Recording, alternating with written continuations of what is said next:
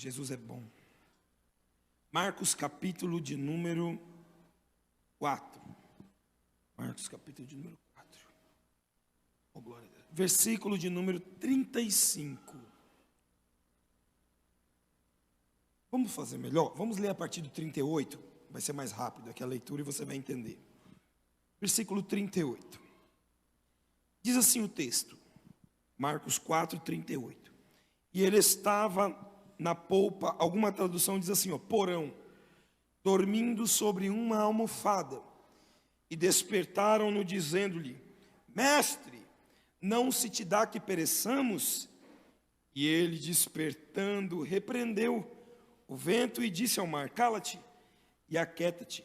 E o vento aquietou e houve grande bonança. Eu gostaria que você pulasse agora para o capítulo de número 5, o verso de número 2, que diz assim: E saindo ele do barco, lhe saiu logo ao seu encontro dos sepulcros um homem com espírito imundo, o qual tinha sua morada nos sepulcros, e nem ainda com cadeias o podia prender.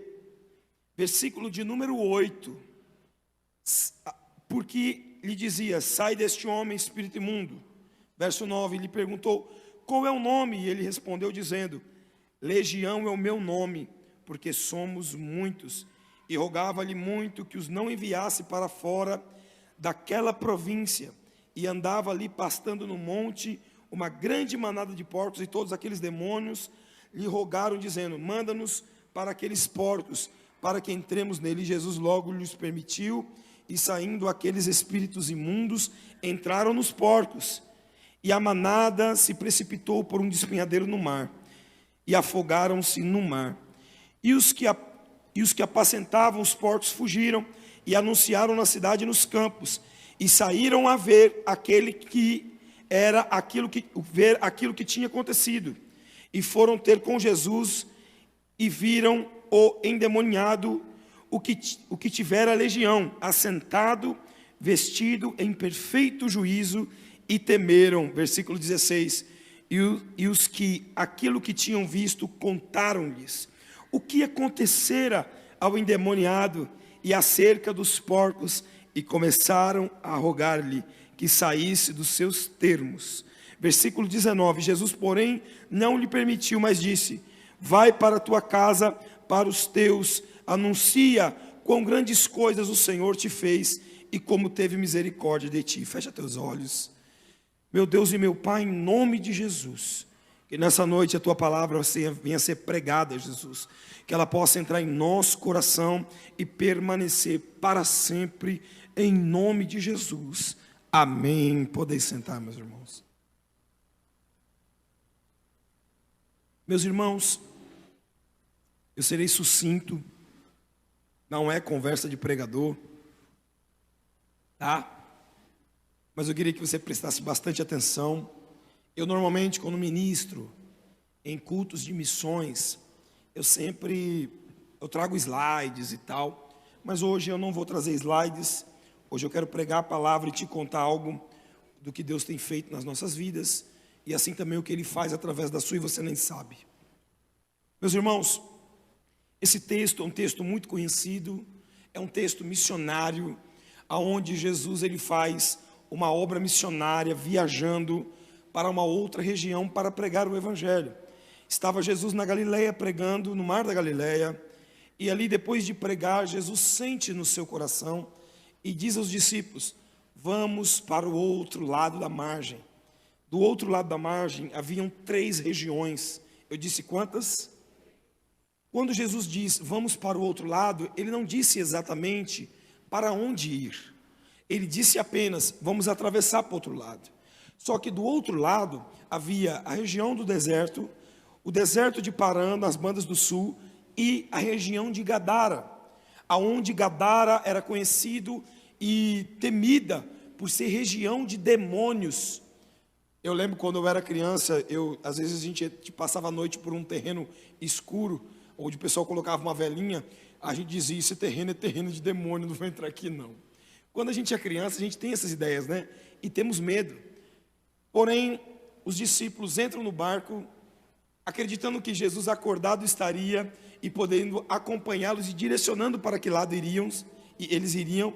Jesus apenas diz: vamos para o outro lado. Interessante que o texto relata em outras versões que quando Jesus entra no barco, a primeira atitude de Jesus, depois de mandá-los ir, ele se deita no porão, ou ele se deita na polpa, ou na proa, onde você achar melhor. A intenção é que ele deita embaixo de algum lugar, e ali deitado, ele confia nos discípulos para levar Jesus para o outro lado, aonde haviam combinado. Porém, quando Jesus vai dormir, eu creio que existe uma conversa dentro daquele barco. Conversa tal que era essa: para onde iremos? Será que vamos para Parã, deserto, Bandos do Sul ou terra de demônios? Eu fico imaginando quando eles falavam terra de demônios, eita, arrepiou. Eita, tem como diz lá em Recife, na Bahia, um arrupio aqui, um arrupio.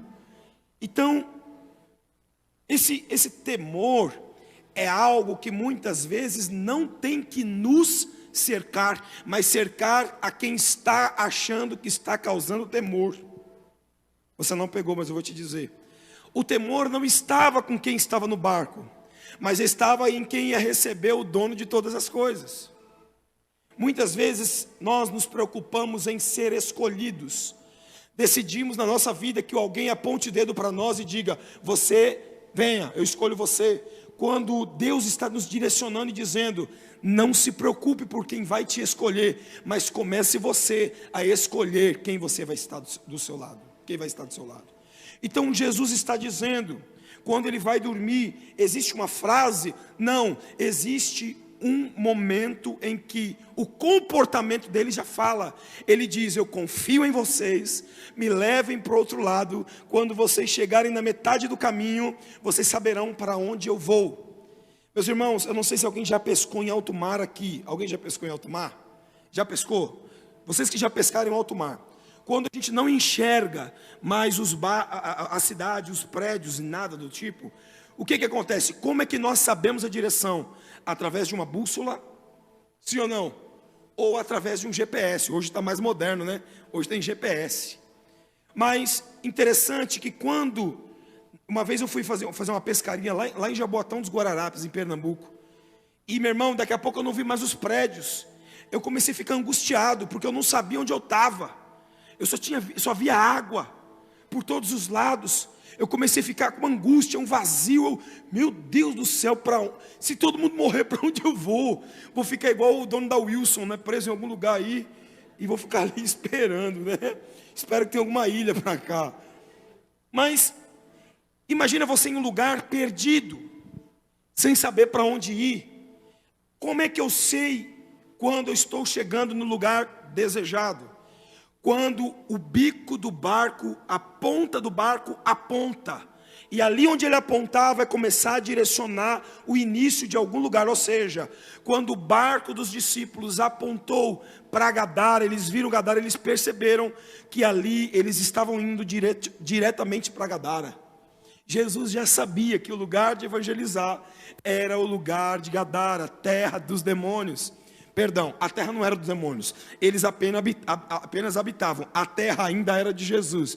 Por isso que eu te digo que lá no seu trabalho, lá na sua casa, não é terra de pessoas com problema, não é terra de dificuldade, não é terra de demônio. Ali é terra do Senhor, aonde as suas mãos serão colocadas, abençoarão e profetizarão mudança naquele lugar. Existe alguém para dar glória aqui? Meus irmãos, então eles apontam um barco. E quando eles chegaram a apontar o barco, no meio do caminho, eles perceberam para onde estava indo e causou-se temor. Quando você lê no livro de Mateus o mesmo versículo, o mesmo texto, você vai ver que lá diz: e eles sentiram temor. Porque é normal do ser humano. Nós temos um líquido aqui no cérebro, esqueci o nome, que é o que causa o temor, é o que dá medo, é a sensação da perca, é a sensação, eu não sei se é perca ou se é perda, agora estou confuso. Perda, né? Perda. Sensação de perda, é uma sensação de medo, entendeu? Então eles sentiram isso, só que dentro do medo, existe uma coisa muito boa. Ele solta uma adrenalina em nós. Adrenalina às vezes para coisas ruins ou para coisas boas. Neste caso era para coisas ruins. Ou seja, eles estavam dizendo: nós não somos capazes de estar ali. O que fazer? É esse medo que nos traz a direção exata de quem está no controle da nossa vida. É quando acelera o coração preocupado com a condição financeira. É quando acelera o coração preocupado com alguma outra situação. É quando tudo acontece contrário e você diz: quem está no meu barco? E você vai encontrar a solução do seu medo. Sabe aonde?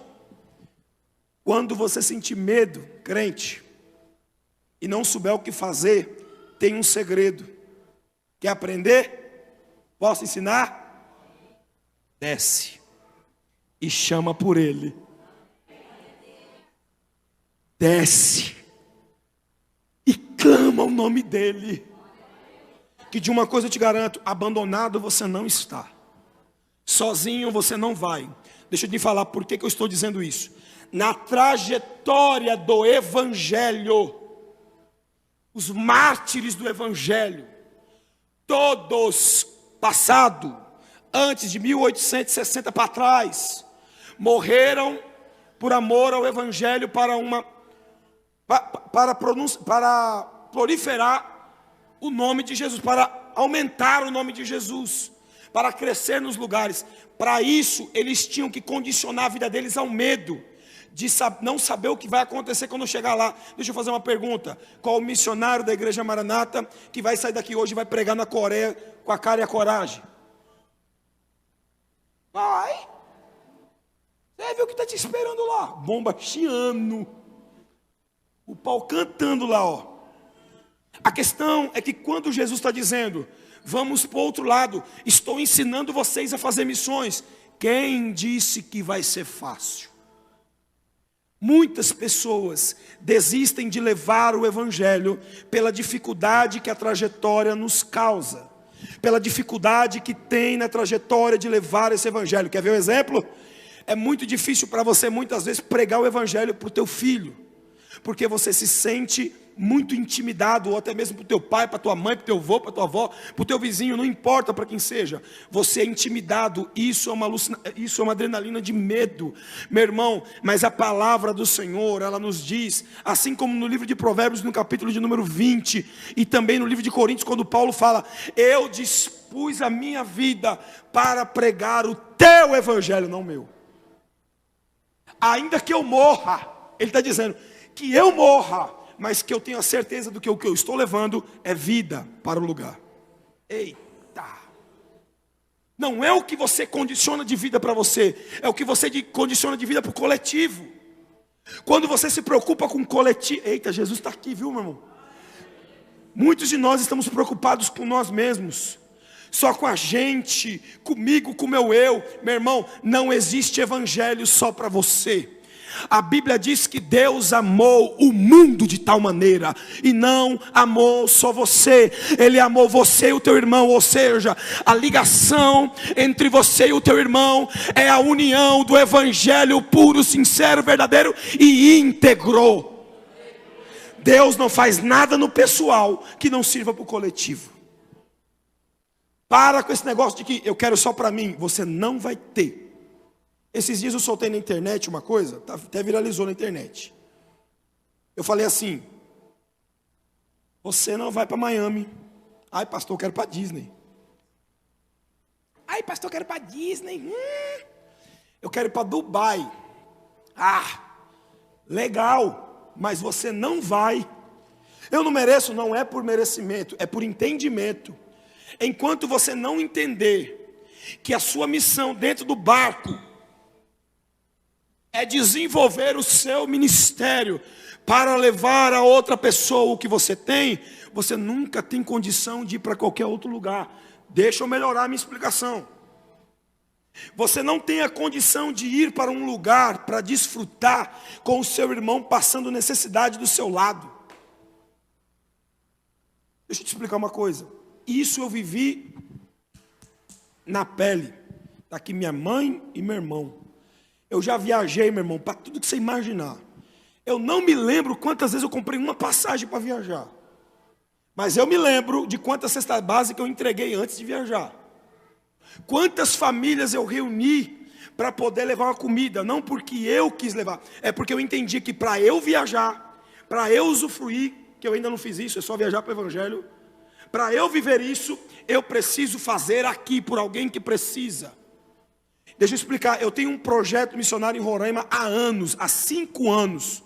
E muitos já sabem aonde eu vou falar disso. Por quê? Porque eu acredito no lugar onde até a pastora está indo na Bahia. Em lugares aonde não é só o Evangelho que tem dificuldade de ir. É você como pessoa para poder ir para esse lugar. Você não quer ir para fazer qualquer outra coisa. O Evangelho é a injeção de ânimo que você tem para você ir falar de Jesus e ir para esses locais. Para você aprender. A pastora aprendeu a maior lição na vida dela. Quando ela chegou lá, ela viu que não podiam tomar refrigerante para que não se acostumassem com aquilo que eles não poderiam ter. Isso não foi aprendizado de evangelho, foi aprendizado de vida. Uma vez eu recebi um convite, eu estava lá em Roraima, para pregar numa tribo, na divisa, lá no Peru. Vou para lá, pego o rio, 7 dias de rio, irmão. As muriçocas que pareciam cavalos voantes. Me pegavam por cima, me levantavam pela rede. Meu Deus, Herébia. Mas entenda que eu cheguei lá e tinha cada panela, irmão, de barro, desse tamanho. E um cheiro de ruim, irmão. Ruim, cheiro ruim. E eles se alegrando, recebendo a gente, me recebendo como pastor. Eles pegam um pote desse tamanho aqui, ó. Do tamanho desse negócio aqui. Uma vasilha. Joga farinha e coloca uma cabeça de macaco com ensopado com arroz dentro. Pastor, esse aqui é o nosso melhor comida que nós temos. É só para o senhor. Eu falei, estou dispensando, irmão. Vamos dividir entre todos. Não, esse aqui é do senhor. A cabeça do macaco maior é sua. E aqueles cérebros para fora. Quer fazer evangelho? Não se preocupa com o que vai estar do outro lado. Se você não quiser fazer evangelho, vai para você ser uma pessoa melhor pelo menos. Quando eu cheguei lá, irmão, para eu comer qualquer coisa, eu tinha uma frescura. Eu não comia nada. Quando eu cheguei lá, e eu comecei a comer aquilo, e eles assim, ó. Aí eu nem senti o sabor, engolia. Ó. Mas depois que eu terminei de comer aquela comida, que eu levantei e falei, agora vai começar o culto.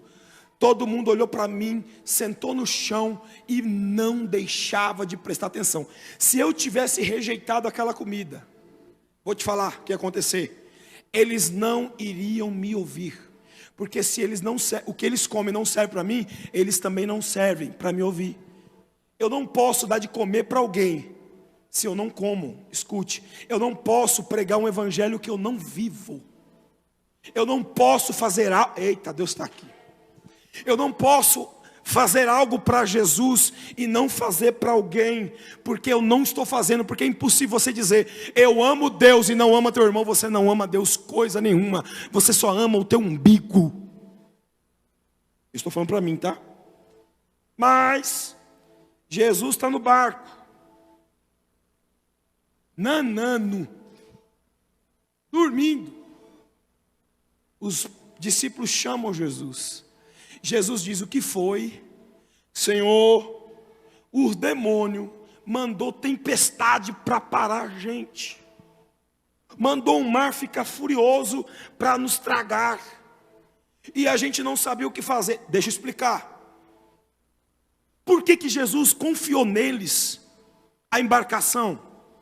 Porque Jesus ele não era o profissional de embarcação. Jesus ele não entendia de velejar. Jesus ele não entendia de vela. Jesus não entendia de GPS.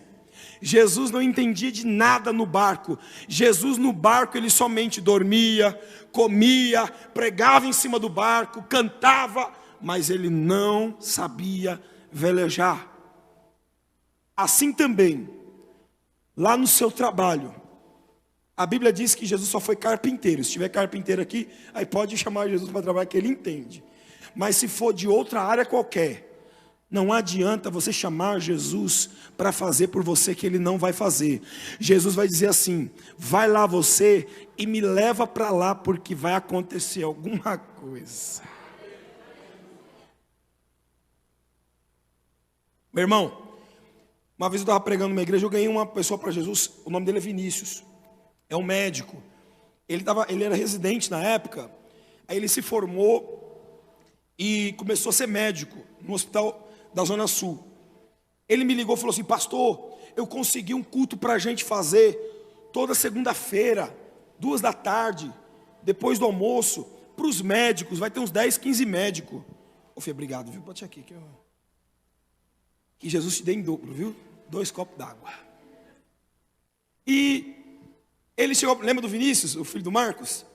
O Vinícius chegou para mim e falou assim: pastor, você pode ir lá pregar? Eu falei: posso. Vou com maior alegria. Peguei meu violão, botei nas costas e fui. Quando eu cheguei no hospital, era um hospital particular. Na hora de subir, os secretários ali, que era a recepção. Pode não, você não tem autorização de subir. Mas eu sou capelão, mas aqui a gente não tem que marcar com 30 dias para você vir. Eu falei: é mesmo? E outra coisa, não pode fazer nada, só pode ir lá e orar. Eita, chamei o Vinícius e falei: Vinícius, eu não posso, mas você pode. Você pode, mas eu não sei fazer nada. Mas Jesus está vindo com você para este lugar, te colocou aqui para você trazer o nome dele aonde eu não posso levar. Existem lugares, igreja, que Jesus está confiando a você a responsabilidade de ir levar o evangelho, de ir pregar e dar constância ao lugar onde você está. Muitos de nós estamos trabalhando no lugar e dizendo: eu não quero mais ficar aqui, porque aqui ninguém me valoriza. Quem tem que se valorizar é você mesmo, meu irmão, e chegar no lugar e profetizar que haverá uma mudança naquele lugar. É você que tem que fazer isso. Não precisa ser escolhido, escolha. Se eu me preocupasse em alguém de me valorizar, eu nunca chegaria em lugar nenhum, nem você. Não se preocupe com a opinião dos outros. Se preocupe com a opinião que Jesus disse na Bíblia que é para nós. E a Bíblia diz que é para a gente ser íntegro, puro, fiel e levar o evangelho a toda criatura. Lá no seu trabalho, leva. A responsabilidade é tua. Eu até notei um negócio que diz assim, ó. Eu falei sobre o chamado. Chamado é uma obra incrível, dada a uma pessoa inadequada para fazer algo impossível por um tempo indeterminado e sem recursos suficientes para fazer. Isso é o chamado, isso é o evangelho. É você acreditar que lá não vai ter nada para você, que você não vai ser escolhido, que você não vai ter ninguém apontando para você, que você não vai ter nada, mas você está ali porque você acredita no que está no barco. Você acredita naquele que te move. Irmão, quando Jesus levantou do barco, no meio da tempestade, no meio da luta, quem foi que disse que seria fácil? Quem foi que disse? Ia ser difícil sim, mas a direção é de quem está no barco. O leme é quem está no barco. E Jesus está no barco da tua vida. Jesus está no barco da tua história. Meu irmão, no livro de Isaías, no capítulo de número 54, versículo de número 2, diz assim, ó: vão se alargar as tendas das tuas habitações. Vai crescer para a direita e para a esquerda. Como eu sei que isso vai acontecer? Quando eu entender o primeiro ponto, lembrar da minha história, de onde eu vim, o que eu fiz e para onde eu vou. Segundo, consolidar a minha vida espiritual. Como é que eu vou consolidar? Ser crente de verdade. Eu não gosto de falar muito não, mas é a Bíblia que diz, culpe a Bíblia. Não é doutrina, tá? É doutrina que dá os pastores. Mas a Bíblia fala assim, ó, que todo o som seja dada a Deus, que todas as palavras, Cantares 4:11, da língua, sejam dadas a Deus, porque derrama leite e mel. Então por que da nossa boca muitas vezes sai um palavrão, uma palavra torta, uma mentira e uma fofoca? Por que dos nossos ouvidos entra música secular e cantamos o que nós não devemos cantar? Quando Ele já nos deu toda a linha de canções que é dada a Ele. Muita gente fala, mas a música é bonita, é romântica, é maravilhosa. Mas quando o autor fez aquela música, ele fez sexo depois do casamento? Ele fez com a intenção do evangelho no relacionamento? Não, então para de ouvir. Consolide-se espiritualmente. Porque toda a tempestade, Jesus estará lá, sem você perceber, apaziguando as águas, falando ao vento, cala-te, eu ordeno em nome de Jesus. Mas como você vai ordenar? Estou pregando para mim, viu?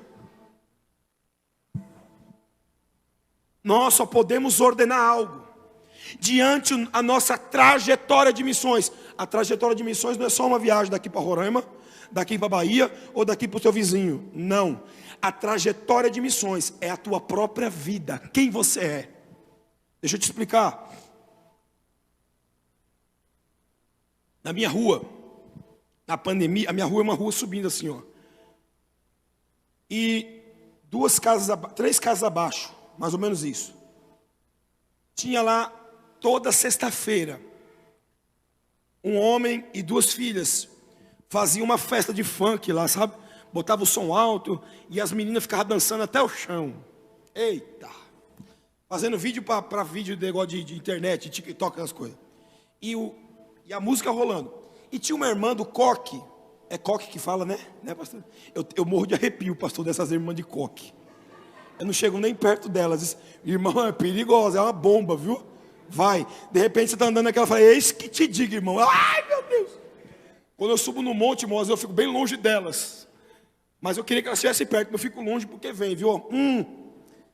E essa irmã do coque, ela era de uma igreja bem tradicional. Posso falar o nome da igreja, pastor?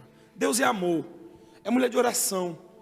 E ela passava toda, eu tenho uma varanda na minha casa que eu vejo a rua toda. E ela passa todo dia, toda sexta-feira ela passava para subir para o culto com uma Bíblia debaixo do braço. E ela vinha com o coquezinho dela, com o vestidinho dela, e ela era desse tamanho. Com os tamancos de madeira que ela vinha na rua, a gente já sabia que ela era. Ploc, ploc, ploc, ploc. Ela. É a irmã que está passando, a carruagem de fogo. Era ela. E quando ela passava, irmão, a pandemia foi um silêncio da gota serena. Então ninguém ouvia nada. Só ouvia a irmã indo para a oração. E toda sexta-feira tinha o funk. Quando ela passava, às vezes eu estava ali na varanda, que não tinha o que fazer, né? Ficava na varanda, né? Falando da vida dos outros. Ainda bem que ninguém faz isso aqui. E aí eu aqui, ó. E ela passando. E as meninas escutando funk. E não sei o que até o chão, e não sei o que para onde vai. E elas ficavam zombando dela. Depois que ela passava, as meninas diziam assim, lá vai a beata, ó, a beata. Perder tempo. Lá no Nordeste, a pastora vai saber disso agora, não sei se ela já sabe. Tem uma coisa que eu nunca esqueci. Um ditado popular que diz assim, ó. O mundo é um pé de manga. Um dia você manga de mim, outro dia eu mango de tu. Lá essas coisas acontecem. Irmão, é natural do ciclo da vida. Manga deu que eu mango de tu. É assim. Ela está andando aqui zombando dela. A pandemia veio com força, ó. A filha dela de 18, 19 anos, ela era bem fortinha assim, sabe? Bem gordinha assim. Aí ela ficou com problema respiratório, pegou Covid e foi internada, entubada. O pai dele desesperado, o pai dela desesperado, chorando, sofrendo. Um dia ele lá, ó, no portão, o portão dele é de grade assim, ele com as mãos para fora, sexta-feira, o dia de festa, não tinha festa nenhuma, era luto, porque estava na UTI, e a gente sabe que entrou entubado, a chance de voltar é 2%, né? Nós sabemos, né? É morte. E ela ainda era pesada, ela passando, ó. Ploc, ploc, ploc, ploc, ploc, ploc. Ele, irmã, ela aqui, ó, com toda a classe. Paz do Senhor, meu filho. Paz do Senhor, irmã. Irmã, posso pedir uma coisa para a senhora? Pode. A minha filha está entubada no hospital. E eu queria saber se a senhora podia orar por ela. Deixa eu explicar. O comportamento da tua vida vai fazer com que as pessoas te procurem para poder dar resultado para elas. Se você for da doideira, da bagunça, da palavra torpe, da música doida, você nunca será procurado para ajudar seu ninguém, porque a sua vida é a missão de Deus aqui na terra. Você é o caráter de Cristo ou não está sendo? Se você não puder ser isso, meu irmão, muda. E ele chega e fala assim: a senhora pode orar por mim? Ela falou assim: com certeza, meu filho.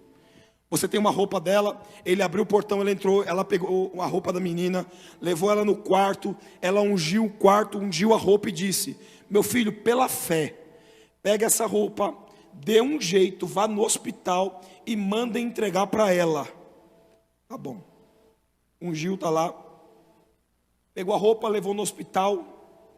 Eu esqueci o nome dele, mas ele até pediu para orar por ele sempre. Esqueci o nome dele agora. E levou lá no hospital. Quando chegou no hospital, colocou nela. 2 dias depois, ela tiraram os tubos, sem explicação. O pulmão dela estava todo limpo. E falaram: você teve alta. Era impossível. E ela foi um caso de estudo para todo mundo aqui, ó, no hospital de Santo André. Ali naquele lugar ali onde fizeram perto do estádio.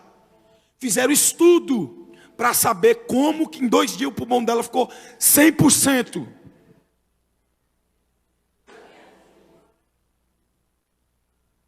É que na trajetória vai vir tempestade. Águas vão se balançar, o vento vai te fazer parar. Mas só que aquele que está no barco vai acalmar, vai paralisar tudo, mas por um propósito. Se o teu propósito só for só para você, espere mais vento, espere mais tempestade, espere mais mar para te tragar. Mas se dentro do teu propósito tiver algo maior do que você, meu irmão, espera para você ver aquele que está no barco acalmando, paralisando tudo e fazendo você andar. Levanta sua mão que eu vou profetizar. Eu profetizo que aquilo que estava te paralisando, porque você estava sem propósito, é o que vai te fazer caminhar, andar no nome de Jesus. Diga glória a Deus. Deixa eu encerrar. Acabei não perguntando o tempo, pastora. Já são 9h30. A senhora me dá mais uns minutinhos? Uns 5 minutinhos, 10 minutinhos.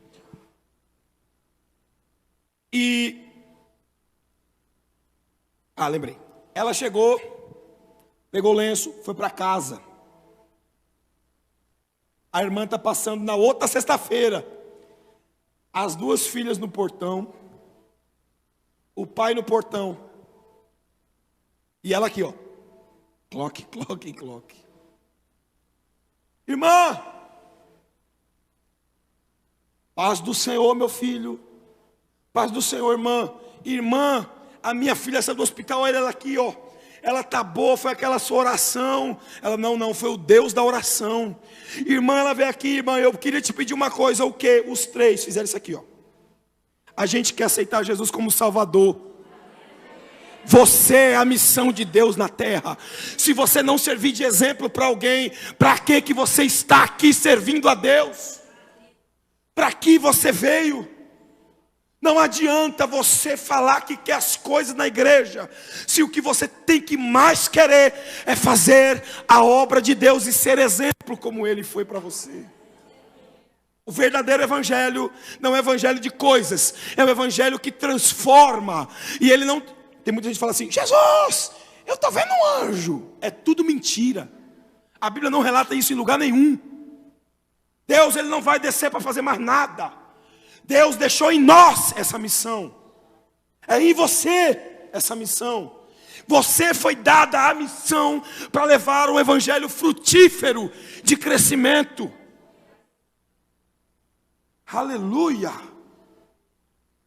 Você está dada a ordem: faça a minha obra. Depois que você passar pela tempestade, siga direto para Gadara. Ainda que aquele lugar seja um lugar de demônios, ainda que aquele lugar seja um lugar aonde você não é bem quisto, aonde você não foi chamado, aonde você não deveria ir. Deixa eu te falar uma coisa: aonde houver sequer uma alma, uma pessoa, ali você é bem quisto. Aonde houver um ser humano a ouvir a palavra, ali você sim é bem-vindo, porque mesmo que os homens te coloquem para fora, o Espírito de Deus te coloca para dentro. Você está entendendo isso? Se o teu vizinho nunca te colocou para dentro, meu irmão, começa a botar recadinho debaixo da porta, abençoa, evangeliza, ora, faça o que for, mas faça o teu papel de missionário de Cristo. Faça isso, que eu profetizo que você vai para Disney, vai para Dubai, vai para um monte de canto. Amém? Se prepare para... Irmão, a minha vida toda, eu nasci na igreja, basicamente, minha mãe está aí, pastora, meu pai pastor. Eu sempre aprendi, quer dizer, não aprendi nada, né? Só confundiram minha cabeça. Eu ia para congresso, pastores. Congresso da prosperidade. Meu irmão, ninguém foi mais para congresso de Mark Murdock do que eu. Ninguém. Congresso, prosperidade, não sei das quantas e tal. Eu ia lá, era um monte de requisitos e tal. Aí eu vou lá na Amazônia, subo 2 dias de rio. Chego num cara que aceitou Jesus, não sabia ler, um senhorzinho de 77 anos, ele diz assim para mim: Pastor Felipe, você sabe qual que é o segredo da riqueza? Ele não sabia dizer prosperidade, da riqueza. Qual é? Amar o nosso irmão como nós mesmos, porque Jesus, ele nos prospera muito mais. Ele vai dar condição àquele que ama o próximo para fazer pelo próximo, e ele vai dar condição para fazer sempre condição. Ele vai ser o financiador da condição que vai... Meu irmão, não tem outro segredo. O segredo para você ser rico de dinheiro é amar o teu irmão e fazer por ele, e Deus vai te prosperar. Maior exemplo disso, o dono da Colgate. Um dia desse, eu estou lendo um livro de Shield, não sei das quantas, que fala da história do dono da Colgate. E ele diz assim, ó, um dia esse homem, eu não vou contar a história dele toda aqui não, que é grande. Um dia ele bota a mão para trás numa oração e fala assim, ó, numa sala de oração. E diz assim, ó, Deus, não precisa me abençoar mais. Por quê? Porque eu já sou rico demais. Chega, Senhor. E só para você saber, o dono da Colgate vivia com 10% e 90% ele dizimava na igreja, na casa do Senhor. Porque ele aprendeu isso quando jovem e continuou com isso para sempre. E mesmo assim ficou milionário, e tem gente que nem isso quer fazer, né? Nem os 10, né? E ele fala, Senhor, mas eu não preciso. Aí Deus falou para ele assim, ó, então tá bom. Vai fazer mais não? Vou não. Você não quer que eu te abençoe mais não? Não quero, Senhor. Chega, então tá bom. Para eu parar de te abençoar, para de fundar uma igreja em um lugar do mundo a cada 2 meses. Segundo, para de sustentar 297 missionários pelo mundo. Para de cuidar dos seus 8.900 funcionários como se você cuidasse dos teus filhos. Para de falar do meu evangelho. Para de fazer tudo para mim, que aí eu paro de te abençoar. Pegou isso? Pegou? Quanto mais você evangeliza, quanto mais você prega, mais recurso financeiro você tem, porque o financiador do evangelho vai te financiar. Meu irmão, essa mensagem é muito longa, então eu resumo ela aqui. Quando Jesus desce em Gadara, vem um homem cheio de demônios. Jesus tira os demônios, coloca no porco, aqueles porcos caem num precipício, morrem. Jesus é mandado embora pelos donos dos porcos. Quem foi que disse que você talvez seria bem-vindo? Não, o Espírito Santo que te coloca lá para mudar. Jesus é mandado embora. Quando ele sobe no barco para ir embora, aquele ex-endemoniado, o primeiro ex da Bíblia, aquele ex-endemoniado vai até Jesus e diz, Jesus, deixa eu ficar com você, deixa eu ir com o Senhor. Não pode. Senhor, mas eu não quero ficar aqui, eu quero ir com o Senhor. Ele, você precisa ficar aí para pregar o meu evangelho. Mas eu não sei nada de Bíblia, eu não entendo nada disso, Senhor. O que eu vou fazer aqui? Faça o que eu fiz na tua vida. Fale do que eu fiz na tua história. Conta para todo mundo o que eu fiz para fazer isso com você. Para você estar aqui, eu tive que entrar no teu coração e mudar a tua história. Começa a falar disso e eu farei a boa obra na vida das pessoas. Amém, igreja?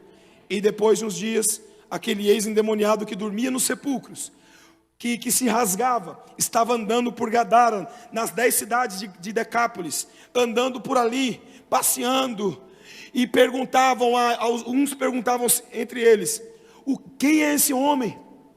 Esse homem não é aquele que se rasgava? Vou dar um exemplo de hoje. Essa mulher não era aquela doida que ficava gritando? Não é aquela que se prostituía? Esse homem não era aquele cachaceiro que ficava no boteco? Não é aquela pessoa que usava droga?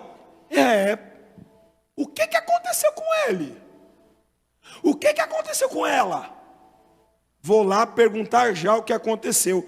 Aí vem o que Jesus fala: você passa a ser um imã de mudança nas pessoas.